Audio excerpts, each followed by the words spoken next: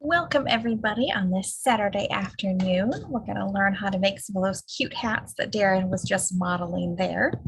If you have questions on any of the techniques we cover in class or want to see something again, please go ahead and use the Zoom chat to ask that.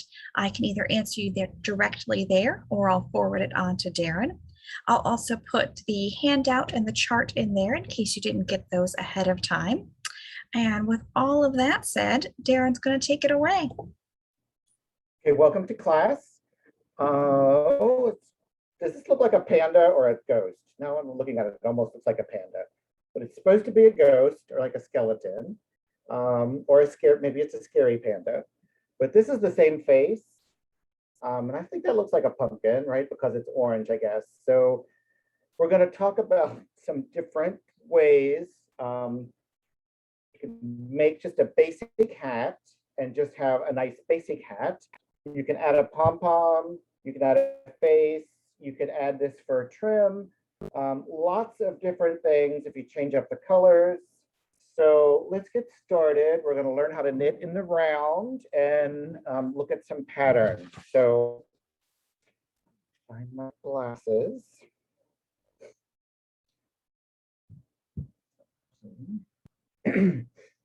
All right, so here is the pattern. And this pattern is written in a way that can give you some inspiration to make different options and different choices. If you want to make the pumpkin hat that I was showing you, it's one ball of Woolies Thick and Quick in pumpkin, and that's available at lionbrand.com or michaels.com. You do need stitch markers and large eye blunt needles. You need circular needles, size 13, 16 inches long, and double pointed needles, size 13, and it comes in a set of 5. So that's what you need. And then if you want to add a pom-pom, you can either use a pom-pom maker or you can make one out of cardboard. If you want to do the pom-pom out of grass, like the one I did, black would make the face. And then you can feel free to change it up in any colors you want. So you can also use 4 small buttons and make a faux fur trim. And then if you put buttons, if you attach it with buttons, then you can remove it if you don't want the trim, and then you can add it if you do want the trim. So that makes it very versatile. You can also wear the trim around your head as like a headband or to keep your ears warm. So then that way it's also like a more functional piece. You can use it many different ways. So let's go ahead and jump right in. The hat. So with circular needles and leaving a tail that's 4 to 6 inches, you want to cast on 46 stitches. All right, so I'm going to use my circular needles. So if you've not used circular needles before, when you do use circular needles, when you're shopping for them or buying them, you want to pay attention to 2 different measurements. How thick the needle is, and you're probably used to that either being like a size like 9, 10, 8, whatever you have, 10 and a half, 11. That's how thick your needles are. But now you're also going to be concerned with how long they are from one tip to the other tip. So from tip to tip, all the way around, this is supposed to be 16 inches. So 16 inches is what you need for a hat. Now, when you join this and you're making a circle, you can jam a lot more stitches on here and make it much larger than 16 inches. So you can really pack the stitches on there. You could make it probably as big as 30 inches. So if we're gonna make a hat that's like 19 or 20 inches, 16 is what you want. If you don't have enough stitches to go all the way around, then that's where it's gonna be a problem. And that's one we're gonna change to our double pointed needles. But with that being said, you do not want to start with needles that are like 24 inches long, because they will be too long and you will not be able to do your hat. So just trust me on, it'll make more sense once you get some experience with it, but trust me, for a hat, you want 16-inch circulars would be the best choice, okay? So, and I'm using this yarn I'm using for demonstration. I love to demonstrate with this yarn because I think it shows up pretty good on camera. This is Hometown by Lion Brand, and it's available on lionbrand.com or on michaels.com. And I'm going to start with a slip knot, make a circle, put your tail over your working yarn. So it's the short piece over the long. Put your hand in the circle, reach under, grab the tail, hold the tail and the working yarn together, and then just loop it back through. Now, if you already know how to tie a slip knot, however you're tying it is fine. There are many, many, many ways of tying a slip knot, but what you want is a knot when you're finished that kind of slips like that. So here's how I teach the slip knot. You put the short over the long piece. You put your hand in the center of the circle and reach under it. You're going to hold on to the tail and hold on to the working yarn, but you're going to grab that tail and you loop it back through. So that is one way of tying a slip knot. And I have my stitch marker right there. And it says to cast on 44 stitches. So I'm going to show you the cast on. You enter the stitch, wrap your yarn, bring it through, transfer it over. So this is the knitted on cast on. Do you have any questions about the slip knot or cast on? I'm trying to go as fast as I can, so we've got a lot to cover. Enter the stitch, wrap the yarn, bring it through, transfer it over. Now, a lot of people might be using like the long tail cast on, or there could be other cast ons you're using. And again, there are many, many ways of casting on. So if you're using a different cast on, it's probably fine. And in fact, most patterns will read cast on 44 stitches. They don't tell you what cast on to use. So are we pretty good with the cast on, or do you need, so you enter the stitch, wrap the yarn, bring it, oops, I split my yarn. Do not split your yarn, wrap your yarn, bring it through, and then you want to take your left hand needle, jump over the stitch to your thumb, and then pick it up that way. How are we doing out there?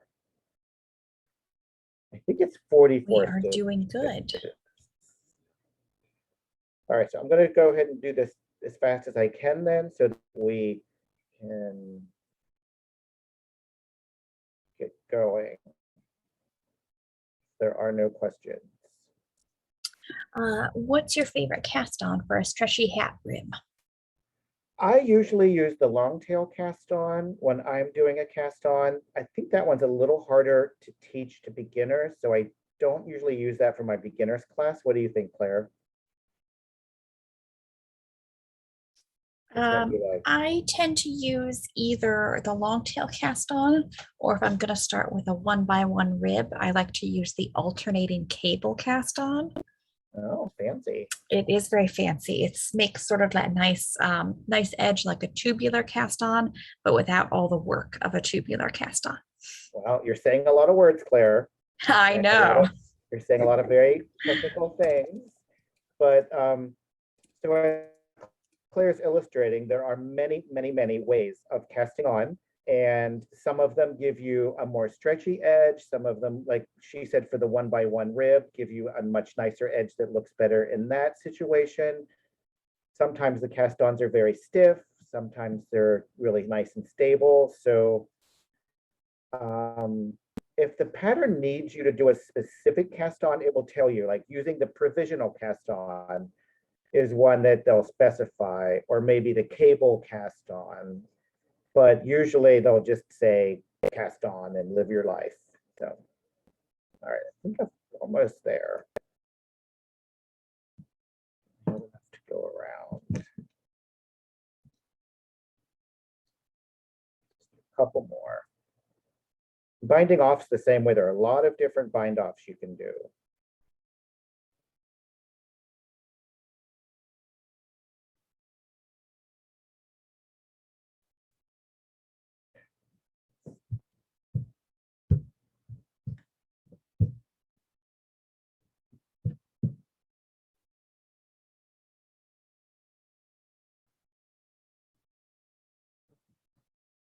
maybe a few more. I don't think I quite have enough to go around.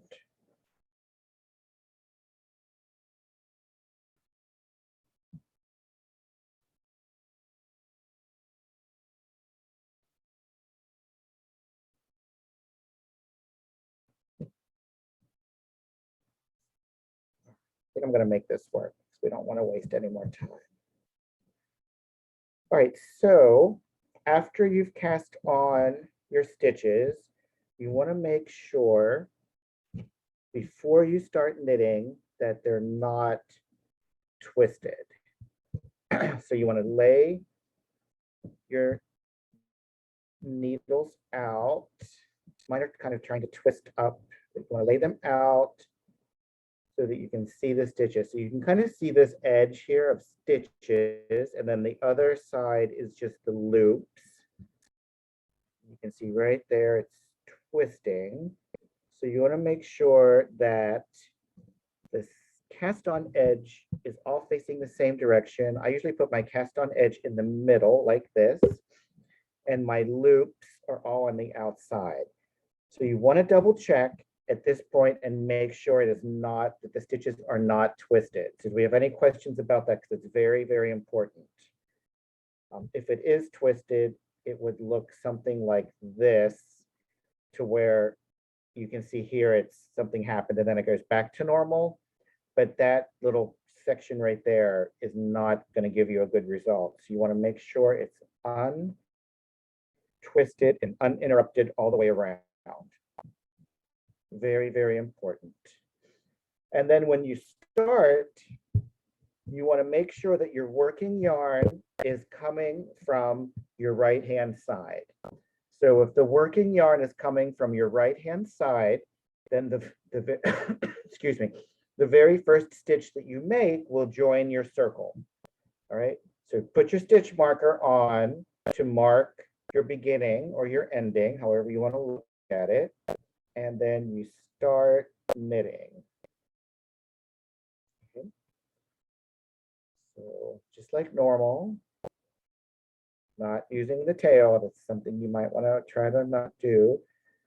So knit 2, just like normal. And then you want to double check and make sure that it is joined. So right there, you've got that strand of yarn, and that is joining your work. So if you can't pull it apart, so you know you did join successfully. So I did my knit 2 for my rib. Is it knit 2 or? Yes, knit 2, purl 2. So then you have to stop, come to a full stop, open your needles, reposition your yarn for the purl, and then purl 2.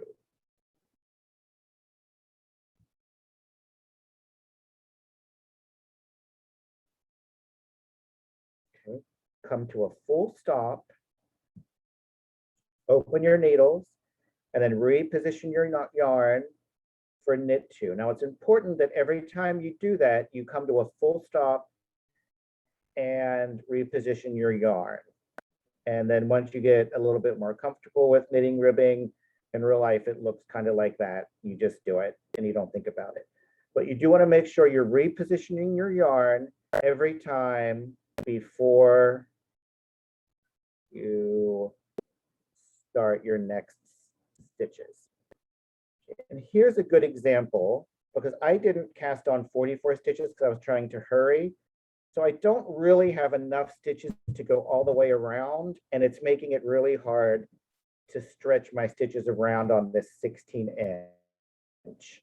So this is kind of what will happen if you try to use the wrong size needle. But I was just I didn't want to waste your time making you watch me cast on. But this is a good learning experience. So make sure you're using the right size, the right length. So start thinking about them in needle sizes and needle lengths, because the length will also be very important with circulars. So knit 2, full stop, bring it forward, and then purl 2. Any questions about the cast on, how to join your yarn, or how to work ribbing? Okay, this might be a review for a lot of you, or I'm not sure if this is new to some people. So where are we today? How are we doing? No questions so far. Well, this is an advanced group. All right, so I do want to tell you one thing. I'm not going to work all the way around, but you want to work all the way around doing your knit one or knit two, purl two. When you come to your stitch marker, you want to stop everything. You want to lay it down and you want to reposition everything and make sure that your work is still not twisted. Because look what happens. You've joined it, but you've only joined it by one strand of yarn. And look how easy it would be to twist with just one strand of yarn. So stop and make sure it's not twisted. And then once you start your second round, you're locked in place. So if you are twisted and you go on to the second round, then it's wrong and you really can't fix it. Or if you're extra careful and you stopped and double checked, you start your second round and you know you're right, then it's right the whole way and you don't have to worry about it again. So I do advise everyone to stop when you start your second round and just make sure it's not twisted. Does that make sense to everyone? You don't want it to be twisted or else it'll never really form a proper cylinder to make a hat. Sorry. So if there are no questions about that, I'm going to put We this. do have a few questions. Everyone had to put down their knitting to type. If you think we've got time, we do have a request to show how to join your cast on again to start knitting in the round. Okay. And then if you want to teach back, Victoria wonders what happens if your circular needle is too long. Well, that's what I was showing you. See how my circular needle really is too long for what I have because I didn't cast on enough stitches for demonstration purposes. And my stitches do go around, but it's hard to knit. Once I knit a couple, then you see how it's kind of pulling apart. You don't want your stitches to be stretched around there uncomfortably. And if you start doing decreases, then they will really get pulled very tight and you'll end up with like part of your wire sticking out. And with a 16-inch one, you can't really do magic loop so well. That's what'll happen. And you'll realize when it happens because you'll be having a good time knitting and then all of a sudden it'll start, when you start your decreases, it'll start like you'll be like, why is this not fun anymore? Why is this like uncomfortable to do? And then you'll know that it'll be time to switch to your double point needle. So I'm going to show you how to do that next. All right. Any other questions?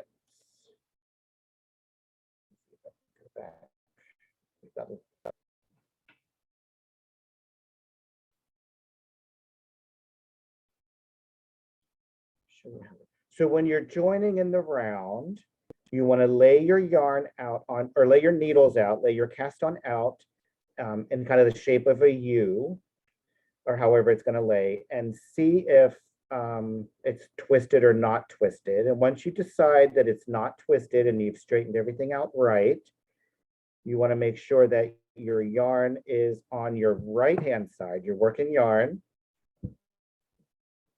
See, because my needles are too short, I see how I'm having a hard time. I'm really struggling with this. So this is a lesson to be learned. And since I'm just demonstrating, it's fine. But if I were really making a hat and I was using the wrong size needles, I would not be having a good time. All right. Quickly, we'll show this and then we'll move on. So lay, what is happening? Should be this way. Okay, once you get sorted out where you are, you want to lay it out. See how I'm straightening these stitches to make sure they're not twisted. And because my needles are, I didn't cast on quite enough stitches, my needles are not quite long enough. See how far apart my stitches are, and it's causing my needles to want to kind of bend. So make sure you're using the right ones. Okay, it's not twisted. We've double checked. Put your stitch marker on. Now, the reason you wanted to see this again was probably because you feel like you didn't see what I did, like you missed that special thing. There's a special thing that you have to learn to join your knitting in the round. Well, there's not. There's no special thing. You make sure it's not twisted. Make sure your working yarn is on the right. That's the only thing new. That's all that there is that's new. And now you just start knitting or purling. You just, whatever project you're making, you just start working your stitch, whatever you're supposed to do. And in this case, we're going to knit 2. Nothing unusual, nothing special. There's no special trick. Knit 2, and then reposition for purl 2.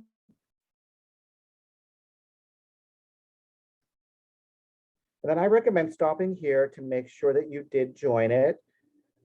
If you have your yarn on the left-hand side, you won't be joining it until you come all the way around, and then you'll end up joining it there. And that's not a big problem. You'll have a little tiny gap, but you can use the tail to sew that gap shut. So even if you do it wrong, it's not going to be like the end of the world. So, and you always keep going in a circle, always keep going the same direction. You never turn your work. You never, so you'll always be knitting and just kind of always going in the same, like a big spiral. So it's actually quite easy. All right, are we ready to move on? See the double pointed needles?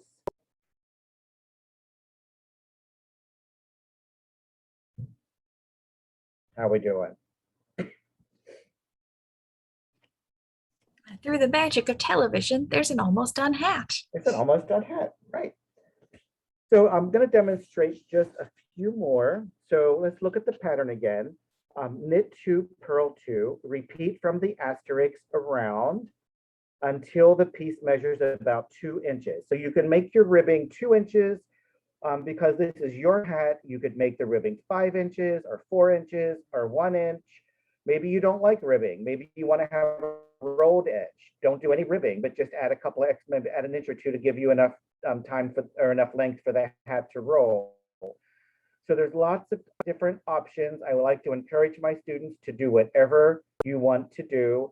It might be a good idea to follow the pattern the first time just to see what it's going to be. So you're going to work about 2 inches. On the next round, you'll be increasing 4 stitches around. To do this, simply knit into the front of the next stitch. I'll demonstrate that instead of reading it to you. So we're going to knit we're going to add 4 extra stitches evenly spaced.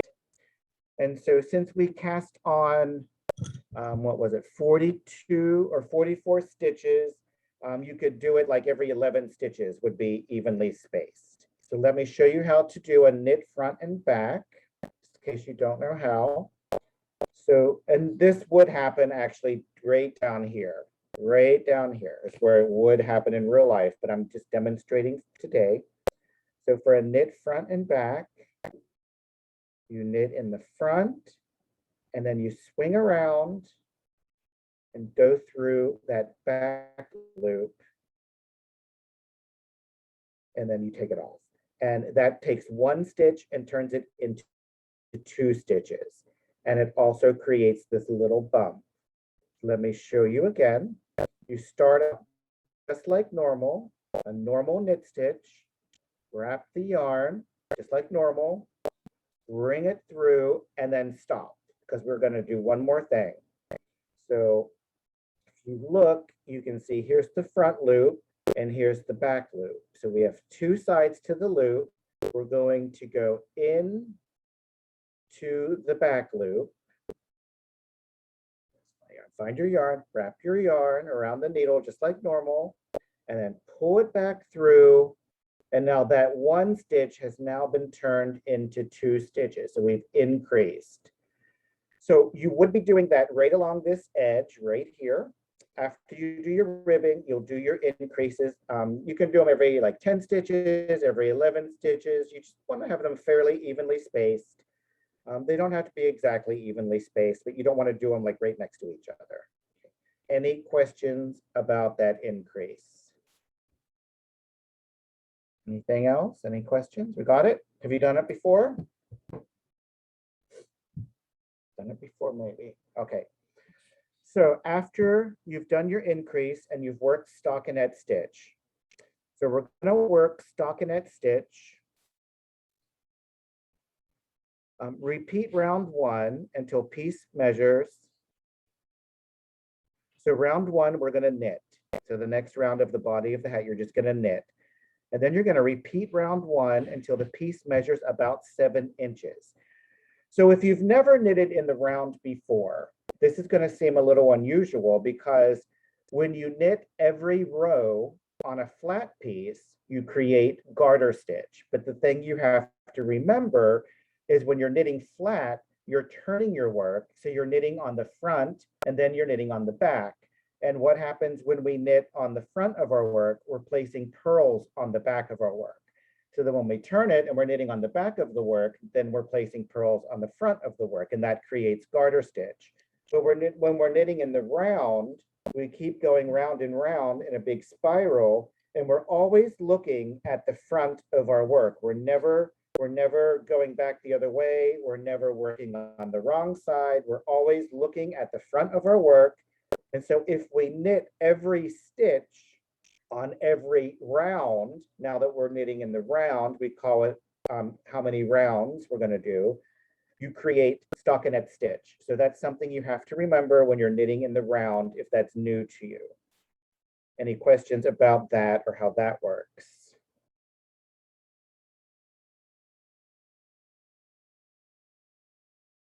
Okay.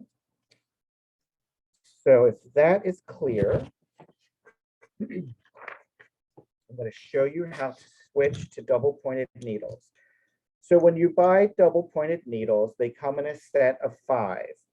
So what I'm going to do though is I'm going to take this one away and set it over there because I don't need 5. But what I'm going to do, I'm going to work with only 4. Sometimes people like to work with 5, but I like to work with just 4. So what I'm going to do now, I have 44 stitches. So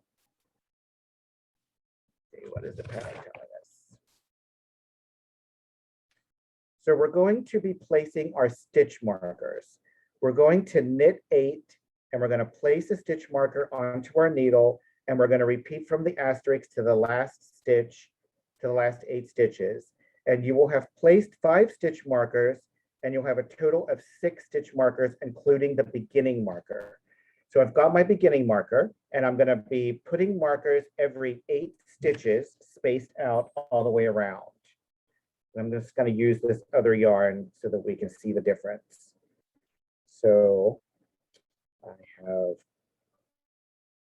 have, on this row, I'm going to switch to my double point so that you can see. So I'm going to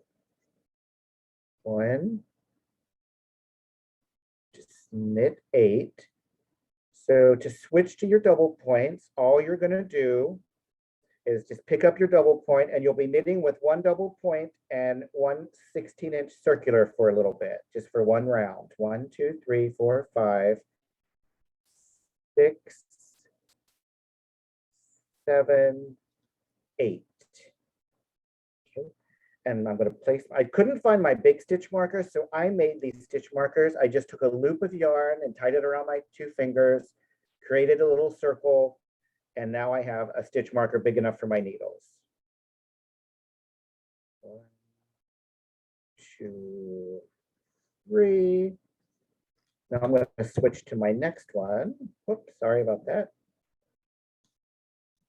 4, 5, 6, 7, 8.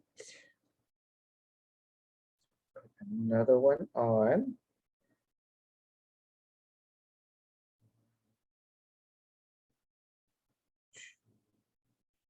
3, 5. Keeping track of your stitches. Place a stitch marker, you just pop it right on, just like that. And so if I'm going to change to my next double point, you can't, what you have to do is you can't change now because this stitch marker will just fall off. So you have to knit 1, of course, 1 stitch to kind of lock that in place. So that counts as 1, 2, 3, Have you guys used double points before? Do you have any questions coming up about the double points?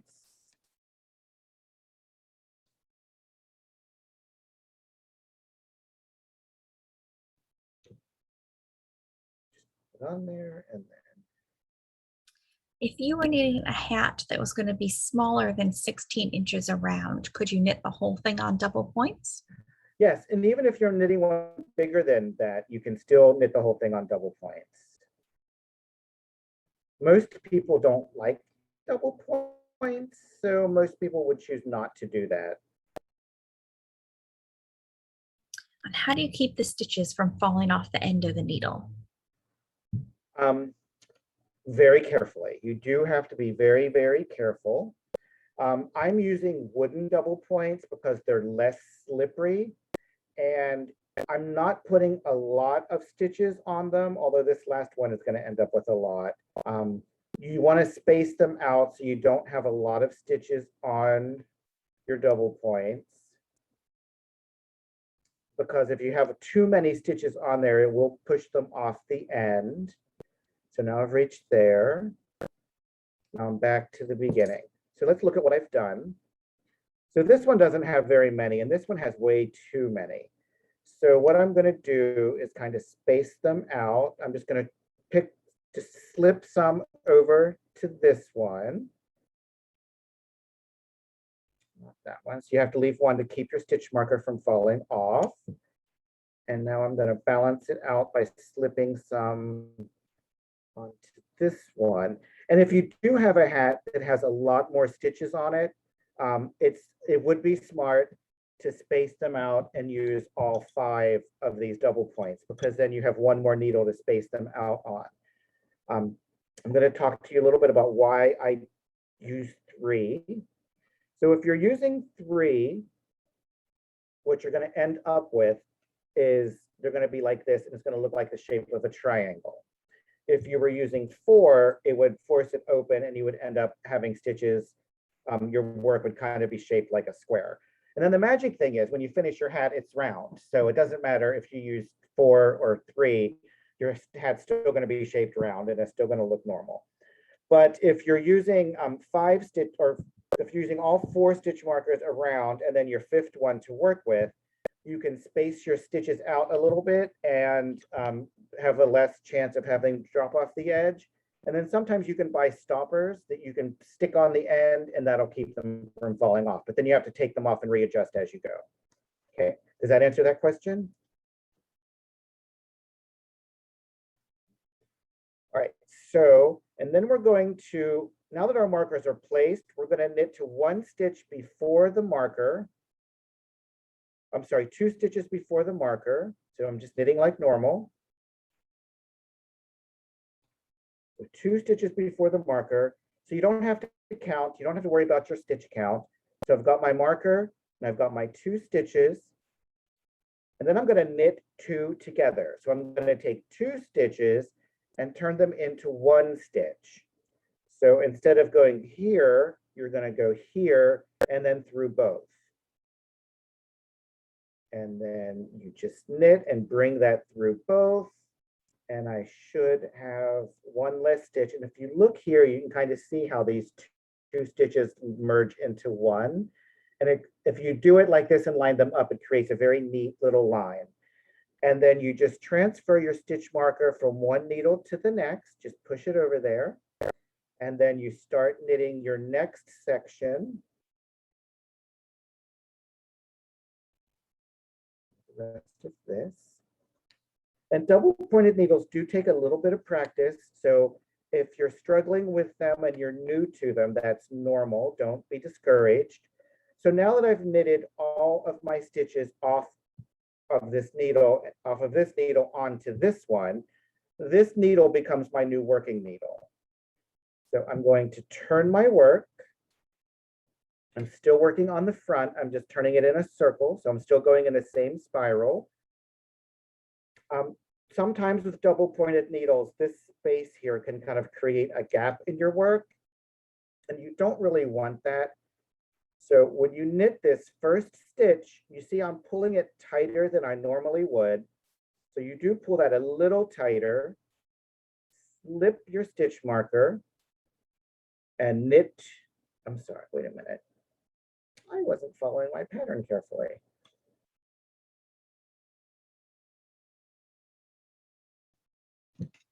I wasn't paying attention. I was thinking about what I was teaching and not actually what I'm supposed to be doing. So I'm right here. I've got my stitch marker. I've got 2 stitches. So you want to pay attention to what you're doing, not do what I was doing. You're going to do a decrease every time you come to a stitch marker. You're going to have 2 stitches. You're going to stop when you have 2 stitches and then a stitch marker. Knit 2 together. Slip your stitch marker. So it is important to pay attention. And when you do switch from one needle to the next, you do want to knit that first and maybe even the second stitch a little tighter than you normally would. Okay, so look who was paying attention this time. I've got my stitch marker. I've got my 2 stitches right before it. I'm going to knit 2 together. Are you able to see how I'm knitting 2 together, or do you have questions about that? So 2 stitches, you just go through both stitches, wrap your yarn, and then just pull it through both. Slip your marker, and then knit, knit, knit like the wind, right? And this is a fun little project, so just enjoy yourself. Enjoy the fall weather. These kind of hats are very functional. People love a hat. You could give these as holiday gifts. So, okay, here's my stitch marker. I've got 1 stitch here and 1 stitch here. So watch what I have to do. I'm gonna knit this one. And then I'm gonna go ahead and just slip this one here. So now I've got my last 2 stitches both on. Go through both. Pull it a little tighter than you normally would because I'm going to the next needle. Slip your marker and then knit to the next one. Any questions about how I'm using the double pointed needles or knitting 2 together? How are we doing, Claire? We're doing pretty good. We've got just under 20 minutes left here in class. So I'm knitting 2 together and switching. And I'm not going to get into this today, but if you don't like double pointed needles, which many people do not, there's another technique you can learn called magic loop, and it will accomplish the same thing as double pointed needles do. It's just a different way of doing it. There are always, many ways of doing things in knitting. So if you want to look up magic loop, and then that'll give you an opportunity for some future learning. You can practice that. All right, and now that we've done all of our decreases, see, these double pointed needles are much smaller. This is a different hat, of course. It's the same basic shape. So you can see here, when you do all of your decreases and you line them up by the stitch marker, see how it creates that line? You can tell that or not. But it creates a very neat line and it looks very nice in your work. So that's one way of doing that. After you've done all of your decreases, the top of your hat is going to look like this. And you're only going to have a few stitches on each one.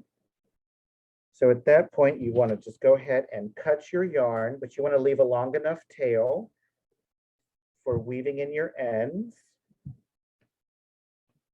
And you're going to get your trusty large-eyed blunt needle. You're going to thread that right on. There's no binding off with this. And then you just slip each, removing the stitch markers as you go. You're just going to slip each stitch on to your large-eyed blunt needle so they don't unravel.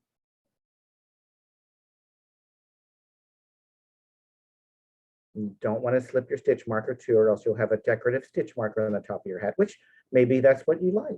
Maybe you should do that. I don't want that. Okay, take it off. off. And you don't want to miss any of these, because if you let one drop, then your hat will unravel.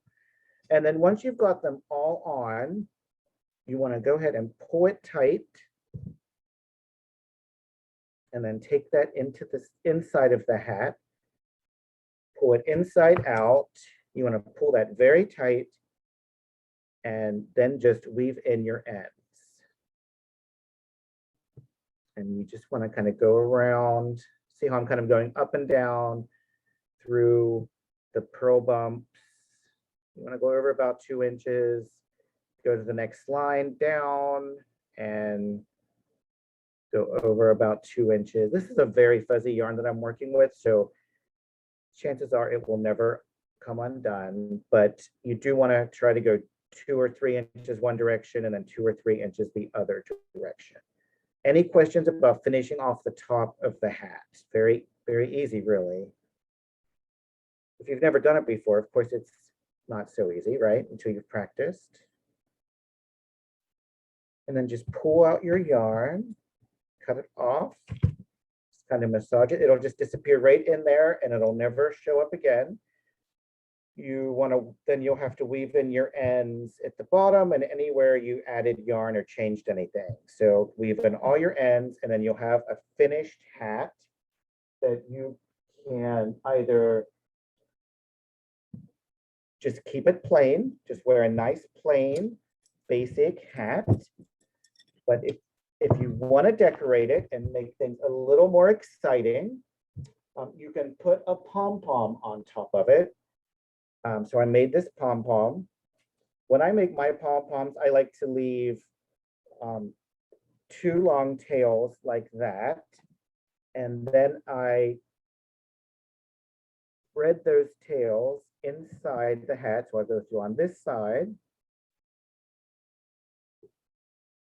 And then maybe about 1 inch over from center.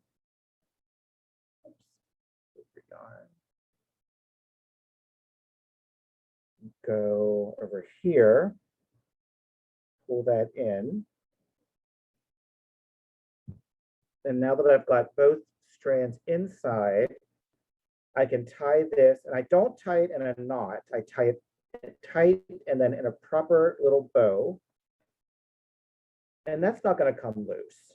But if you want to take the pom-pom off of your hat, maybe it's not a pom-pom day. Maybe you want to wash the hat. You don't think you want to run the pom-pom through the washer. You can easily take the pom-pom off the hat, maybe put it on a different hat, or just like not have a pom-pom that day. And then you can just take it off. And then there's no evidence that there was ever a pom-pom, so it doesn't leave any. So that's how I do my pom-poms when I attach them. And if you want to do this face, or any face, you could find a Fair Isle pattern from any book or online, and you could put anything you want on there. You could write your name, you can get some graph paper and make your own design.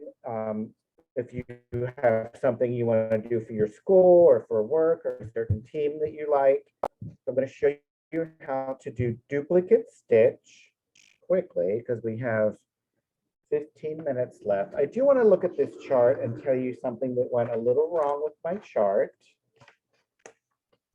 So normally when you read a chart, like I want you to disregard all of these numbers because this kind of slipped past editing and it shouldn't have happened. Those numbers were part of the original chart when I was designing it in the program that I was using. So normally you wouldn't have any of these numbers. These numbers don't help us. Normally, this is the first row that we're having of a chart. So normally this is 1, and then 2, 3, 4, 5, 6, 7, 8, 9, 10. So there are only 10 rows. It should be numbered like this. And when you're working a chart in the round, you go across, and then you finish the hat, you go around, and then you come back to 2. So you're always kind of starting the chart from the same side. And if you're not used to knitting in the round, that might be a little new. So but it's actually quite a bit easier. But for this simple chart, you can place this chart anywhere you want. You could start right here with the mouth. You could start here with the mouth. You kind of want to be careful, like not to get it up here in these decrease sections. But other than that, you can put it anywhere you want. And you can start, actually, you can start anywhere you want to. It doesn't, you don't have to start in a specific place because it's such a simple chart. So for duplicate stitch, first thing you want to do is look at the knit stitch. You want to find this V shape right here. And this is the stitch we're going to duplicate. So, and it sounds silly to say you want to make sure you're looking at the right stitch that you want to duplicate, but it's easy to get off track. So we're going to come up, actually we're coming through the stitch below it. Pull through, you want to leave, again, leave enough to weave in your ends.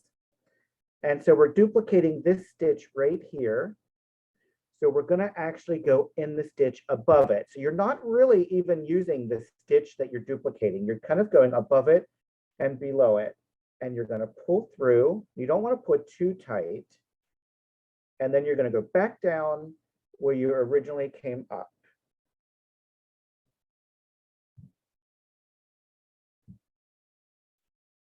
And the reason this is called duplicate stitch is because we duplicated that stitch with another color. So it's basically exactly what we're doing. And now I'm going to do, if you look at the chart, if I'm doing this mouth, then the next stitch is kind of on a diagonal right next to it. So I'm going to go here. I want to duplicate this stitch. I'm going to duplicate this one. So I'm going to come up through the stitch right below it. You don't want to put tight, or you see how it affects the stitch that you already did. So you want to kind of have a light hand. You don't want it too loose. You're going to go through both legs of the stitch above it. Make sure you're not splitting your yarn or going through this yarn. You're going to go under the legs, pull it. And again, not tight. You want to have a light touch, but you don't want it to be loose either. There, I've got 2 stitches duplicated. And then now I'm going to do 1, 2, 3, 4, 5 right in a row. So I'm going to go on a diagonal. I'm going to do this. I'm going to duplicate this one right here. And so the thing you have to remember too is this is a Halloween mouth, or it's supposed to be a little spooky. So if yours is crooked or something, that's probably fine because, you know, it doesn't have to be perfect. Any questions about what I'm doing or how I'm accomplishing this? Once you get in the rhythm of it, it's pretty easy. So I'm going to duplicate the stitch right next to it. I'm going to do this one. So I'm going to go up through the center of the stitch below it. I'm coming up here. You want to pull that tight enough to kind of pull the slack out of that stitch, but you don't want to put really tight. And then I'm going to go under both, you're going under both legs of the stitch above it, both sides of the loop. Pull that out. And then go straight back down the original place where you came up. Any questions? Have you guys done this before?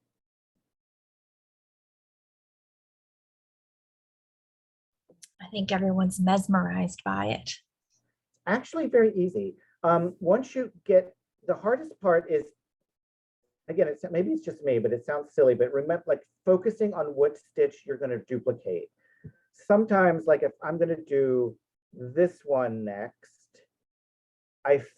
sometimes I feel like instead of coming up under it, I need to come up through the middle of that stitch because I'm duplicating this one. So I feel like I should be sewing through it, but that's actually very wrong. You want to go under, you want to make sure you're starting under, right under the stitch that you're going to duplicate. Sorry, I keep bumping that. You want to pull the slack out of that leg gently. And you don't want to go here. You're going always above and below the stitch. So you're really not sewing the stitch that you're duplicating at all. You're kind of sewing over it and under it. if that makes sense. But I still think it's smart to just take a second and make sure you're looking at the stitch properly. And you can see, I mean, that looks, you would think that was knitted that way. I mean, you don't necessarily think, oh, that was sewn on after. But this is an embroidery technique. So this way you're learning, maybe it's your first step into embroidery. So, but it's actually, you know, a good skill to have. If you have a sweater that has a hole in it, or if maybe this hat gets a hole in it or a stain on it, you can repair things by duplicate stitch. It's a great way to repair. And now I'm going to duplicate. Let me go ahead. I'm going to go up on a diagonal. I'm going to duplicate this one right here. So I'm going to go under it. And then go through both legs of the stitch above it. And then back down where I came up.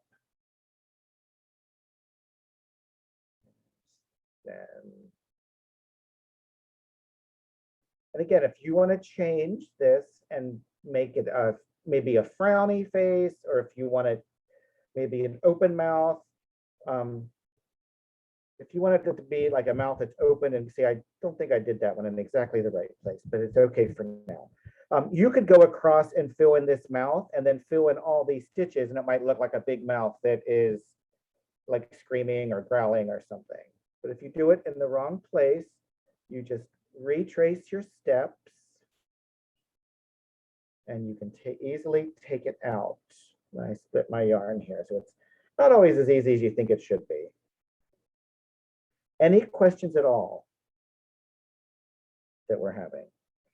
Are you able to see what sometimes when I'm demonstrating, I'm not sure if the view is clear for the students on camera.